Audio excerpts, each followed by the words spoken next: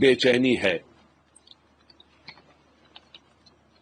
ان تمام حالات کے مد نظر ہم یہ مانگ سامنے رکھتے ہیں پرشاسن کے اور شاسن کے، بے گناہ مسلمانوں کی گرفتاری پر تتکال پربھاو سے روک لگائی جائے، پولیس کی منمانی دبشوں کو فوراً روکا جائے، بے گناہ مسلمانوں پر درج مقدمے ترنت واپس لے کر ان کو رہا کیا جائے، بلڈوزر کارروائی بھی فوراً روکی جائے اور دہشت کا ماحول ختم کیا جائے۔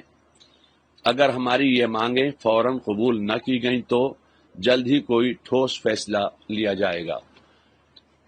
تو یہ بریلی ہے، اور بریلی عالم اسلام میں مسلمانوں کا ایک کیندر ہے، مرکز ہے، سینٹر ہے۔ تو یہاں پر جو دوسرے مقامات پر آئل آف محمد کے تعلق سے لوگوں نے اپنے اپنے گیاپن پیش کیے، میمورنڈم دیے، تو ظاہر ہے کہ بریلی میں اعلیٰ حضرت آرام فرما رہے ہیں اور اعلیٰ حضرت نے عشق رسالت کا پیغام دیا ہے۔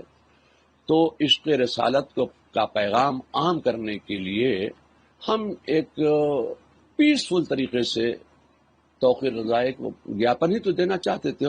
کون سا وہاں لاٹھی ڈنڈے بم لے کے گئے تھے جو یہ پیش کیا جا رہا ہے کہ وہ دنگا کرنے کے ارادے سے آئے تھے۔ اب پتھر کتنے پھینکے، جنہوں نے پتھر پھینکے آپ ان کو اریسٹ کیجئے، ہم نہیں کہتے کہ آپ ان کو اریسٹ مت کیجئے، مگر یہ جو گھر گھر لوگوں کو پریشان کیا جا رہا ہے یہ بات اچھی نہیں ہے۔ اس کو پرشاسن کو سمجھنا چاہیے کہ بے گناہوں کو بالکل تکلیف نہیں پہنچانا چاہیے۔ کس طرح کا پروٹیسٹ کریں گے، کس طرح کا ٹھوس قدم اٹھائیں گے؟ آپ نے کہا کہ ٹھوس قدم اٹھائیں گے، اگر مانگیں نہیں مانی تو کس طرح کا ٹھوس قدم اٹھائیں گے؟ تو وہ ہمارے بڑے جو کہیں گے وہ ہم اب آپ کو بتائیں گے۔ ابھی وہ کوئی فیصلہ نہیں ہے کہ پروٹیسٹ کریں گے یا دھرنے پہ جائیں گے، وہ سب ابھی کوئی بات بتانے کی نہیں ہے۔ وہ جب ہمارے بڑے فیصلہ کریں گے وہ آپ کو بتایا جائے گا، وہ پرشاسن کو بتایا جائے گا کہ صاحب ظاہر ہے کہ کچھ نہ کچھ تو کرنا پڑے گا۔ ہماری کوئی بات سن ہی نہیں رہا ہے، کہیں نہ شاسن سن رہا ہے نہ پرشاسن سن رہا ہے، اور پرشاسن کے تمام لوگوں سے اچھے معاملات تعلقات ہیں، یہاں آئے اور ہم لوگوں کو آشواسن دے کے گئے کہ ہم بے گناہوں کو پریشان نہیں کریں گے، اس کے باوجود تمام بے گناہوں کو پریشان کیا گیا ہے۔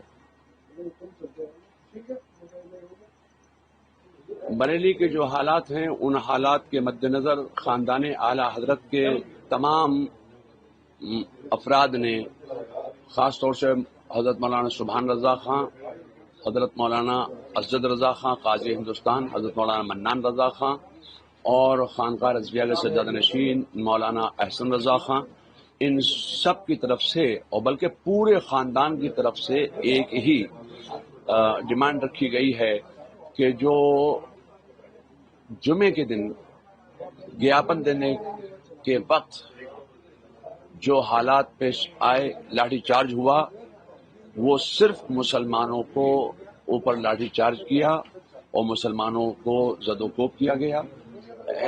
اس لیے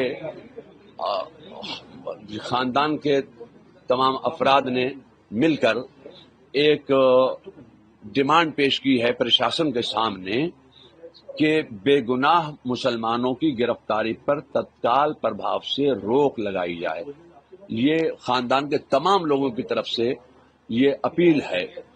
پولیس کی منمانی دبشوں کو فوراً روکا جائے، بے گناہ مسلمانوں پر درج مقدمے ترنت واپس لے کر ان کو رہا کیا جائے، بلڈوزر کارروائی بھی فوراً روکی جائے اور دہشت کا ماحول ختم کیا جائے۔